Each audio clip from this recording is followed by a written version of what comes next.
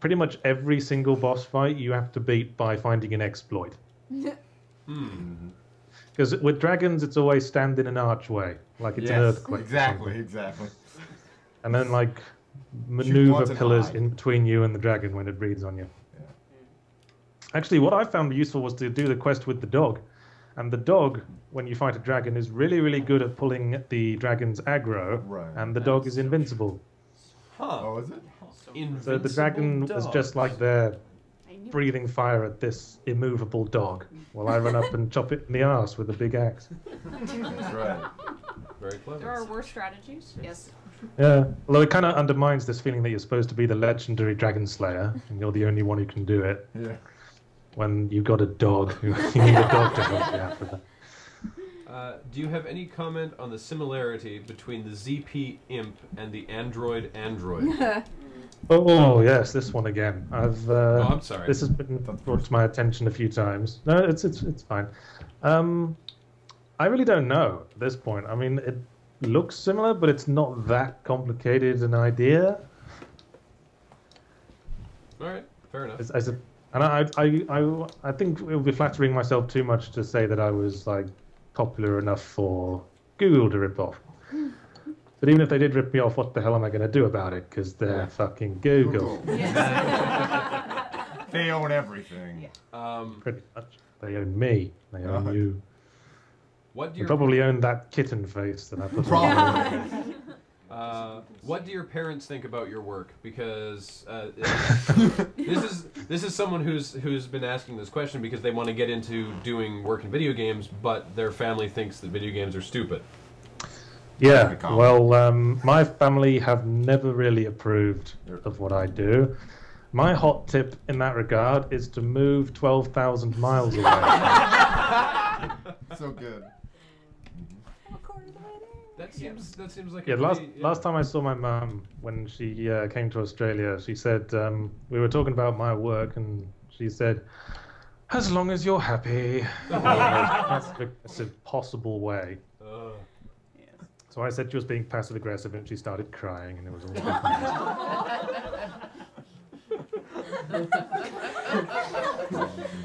Super. So what's your stance? so what's your stance on erotic Star Trek fan fiction? Only if it's Counselor Troy having sex with me. Get on it. 2 hours later. The chat's all over it. Yeah. Yeah. You have your instructions. Go. But don't that'll show be done me by if you tomorrow. Tomorrow. Okay, 5 minutes. Are you looking forward? I realized how horrifying that would probably be. Are you looking forward to? Are you looking forward to Serious Sam 3 at all in regards to it being, an antithesis to all the generic shooters that are coming out? All right. I am. Yes. That's my. That's something I'm looking forward to in the coming weeks because I'm a fan of the run around the classic style shooter that Painkiller did so well and the original Serious Sam did so well. I was a little bit concerned looking at screenshots of Serious Sam that it seemed to be very dusty and very brown, like a lot of modern shooters. And it was in a ruined city, and I saw a helicopter in the background, and I was like, bloody hell, what's that? But I saw, I did watch a trailer of it at E3, and Serious Sam was running around in a big group of monsters really fast, and the end tagline was, "No cover, all man." And I had a little squirt. Yeah, I'm very excited about Serious Sam 3. Yeah, I've been playing Saints Row 3 actually. Just started that one. I want That's what he wants to learn. And how is it? That's one I was looking forward to because Saints Row 2 I liked it very much indeed. Oh yeah. But what's disappointing is that when you're building a character, gender is no longer a slider. I thought that was one of the most progressive things about Saints Row 2 is that you could be a transsexual if you wanted. I forgot that. Yeah. Really? I had a girlfriend at the time who was so into that. Are you enjoying it though? Is it living up to Saints Row 2? Well, I haven't played very much of it so far, but it's pretty fun. If it lives up to Saints Row 2, it's pretty much just because it seems to have copy-pasted a lot of stuff from Saints Row 2, but we'll see how we go. I haven't really gotten into the main story yet, which I hear is pretty good. All right.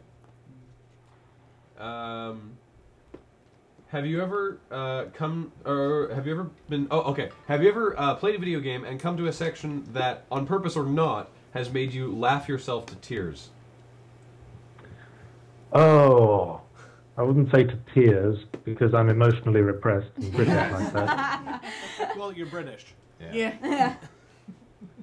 Again, quite recently that I found weirdly amusing was Driver San Francisco. Yeah. It just had some like stuff that made me laugh because I really like this whole sort of magical realism angle it was taking with like the main character with this ability to like, I mean, it was pretty much a straight 70s style cop show thing, except the fact that this guy could possess people. Yeah. And they didn't shy away from it in the story. They referred to it, which I thought was pretty brave, but it worked out pretty well for me. But I remember it having quite a few lines that made me laugh. But if you're talking about just a single line from a game that just made me go, that kind of caught me off guard. It was in Uncharted 2, of all things. No. And I was trying not to laugh because Nathan Drake is a smug twat and I hate him. But there's a joke in the first level of that game in the museum where you're climbing off a building and your support character goes in your ear, there's a guy above you, and you look up and there's a guy standing on the ledge above you. So you do like the finishing kill where you grab him and pull him off the ledge. And the guy in your voice goes, there's a guy below you, a guy below you. I remember So that that made me part laugh. very well. But nothing Nathan Drake says made me laugh. It just made me fill with hatred and disgust. Driver San Francisco is actually our episode of Unskippable for tomorrow. So Oh, really? yeah, we figured we should put up an episode about driving while we're doing Desert Bus. Yeah. The Fair one enough. thing that we didn't actually comment on from the episode is that in the opening cutscene, the guy's breaking out of he's in an armored car being transported, and he has like acid or something and breaks his bonds. And there's two guys in the cab of the armored car and two guys in the back of the armored car in the same room with him. And it shows him breaking out of his bonds and then getting pinned to the wall by one of the guys. Then it cuts away, and it cuts back, and he's driving the armored car. And it never deals with how he subdued these four guys. Can you even get to the cab of an armored car from the back door? No, you can't. Who knows? Maybe he just jumped through the wall. Just phased right through it. Yep. Or just punched his way through because he's so big. Dear Supreme Overlord and Infinitely Wise Dr. Yahtzee. Oh, don't say that. That's getting creepy too. Where do you see the gaming industry going in the next decade?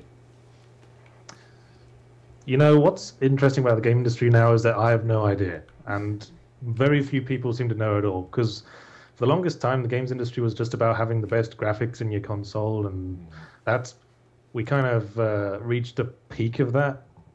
I mean, graphics can still get better, but we're at a point where developers, or third-party developers, don't really have the resources to develop on really high levels.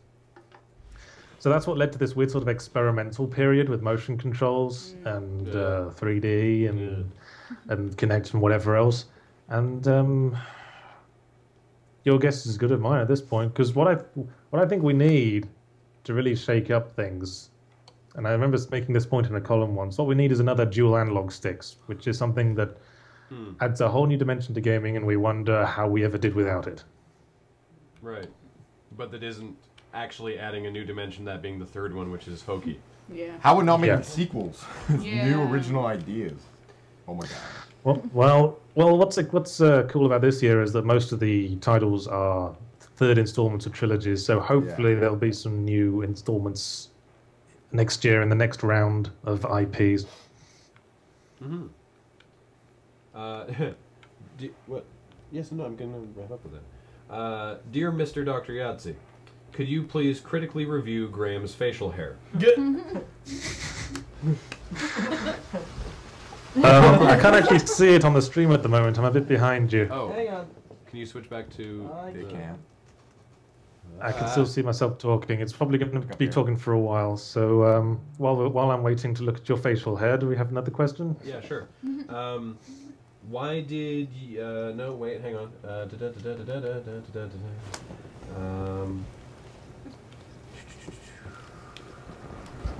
Two questions. Are you going to, okay, one of them is about Manabar in the US, which you sort of dealt with. Are you going to be doing an audiobook for Mogworld? Yes, as I said on my blog recently, I am planning to do so. It's a matter of recording it with my home recording setup. But at this point, I'm not really sure how I'm going to distribute it, but there are channels we can ask these things. Oh, I can see you now. Oh, good. There we go. You're looking very handsome. Why, thank you. So are you. Thanks. Yes, we both have rather similar facial hair. I think mine may be more luxuriant, though. I would bet that, you know, after what hour of Desert Bus are we into? After 50 hours of Desert Bus, pretty much anything of yours would be more luxuriant than mine. Oh, excuses. Also, you're just better. I know. No, you're a lovely man, Graham, and I love you very much. He just can't talk very fast. That's all. Not as fast as you.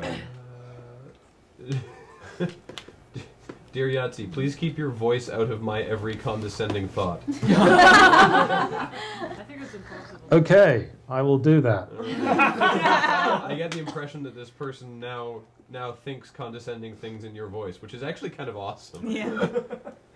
You have a lot of real estate in their head. Yeah. I see that a lot on like tweets and stuff. People saying I'm just watching like 500 episodes of Zero Punctuation, and now everything I read is in Yahtzee's voice. That sort of thing. So I guess I'm permeating the collective unconscious, like that one episode of Doctor Who. Matt Smith or David Tennant was a question. You know what? I haven't watched any Matt Smith, and the reason why is because David Tennant completely pissed me off. I completely went off Doctor Who because of David Tennant. I would recommend. Was it David Tennant or was it Russell T Davies? Yeah. It was probably Russell T Davies. Yeah, I was just really annoyed how, like, you know, every episode was just the entire universe is about to be destroyed. I would. And now we're going to fix it in 20 minutes and kind of like devalue the whole universe-destroying plot for another time. Yeah, I'm not going to go all nerdwank on you, but I'd recommend giving Matt Smith a shot if you get a chance. Yep. Yeah, people keep telling me that. Oh, well, fair enough. Who is your favorite pony from the new My Little Pony series? I have not watched that. Smart. Would you like to turn them all into glue? I have a creepier. I have a creepier one than the Dr. Supreme awesome person. You want the creepy question? Yeah, sure. All right. So it says, "Dear Dr. Yahtzee, what was the worst game you've ever reviewed? Also, I'm a huge fangirl and want to bear your babies." I agree. You probably do. Well played. The worst game I ever reviewed, I've been asked this a few times, probably still Too Human by Silicon Knights, which was absolutely dreadful. Oh, yeah. And particularly disappointing because they made Eternal Darkness, which was actually quite good. Yeah, great Yeah. game. What's your favorite weird bug that you've encountered in Skyrim? Oh, because everyone's got one, haven't they? I got one too. Very first session, I was playing Skyrim. I was in a town and there was an old lady hovering about 20 feet in the air. And then she started walking and then she descended as if down a staircase and then disappeared into the ground. I will always remember you, Ghost Stairs lady. I don't know where she is now, but I like to think she's happy. She was never heard from again. Did you see the She's in the Bitter Rock Sea. Did you say that? Ooh, that's a reference that nobody got. Did you see the? Someone on the chat, tell me what the Lidenbrock Sea is from. The what? Someone in the chat say what the Lidenbrock Sea is from.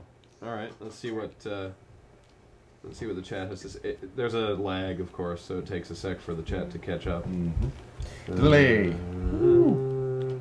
Yahtzee is so much win. Mary Poppins. You're a charismatic stallion. Mining for iron.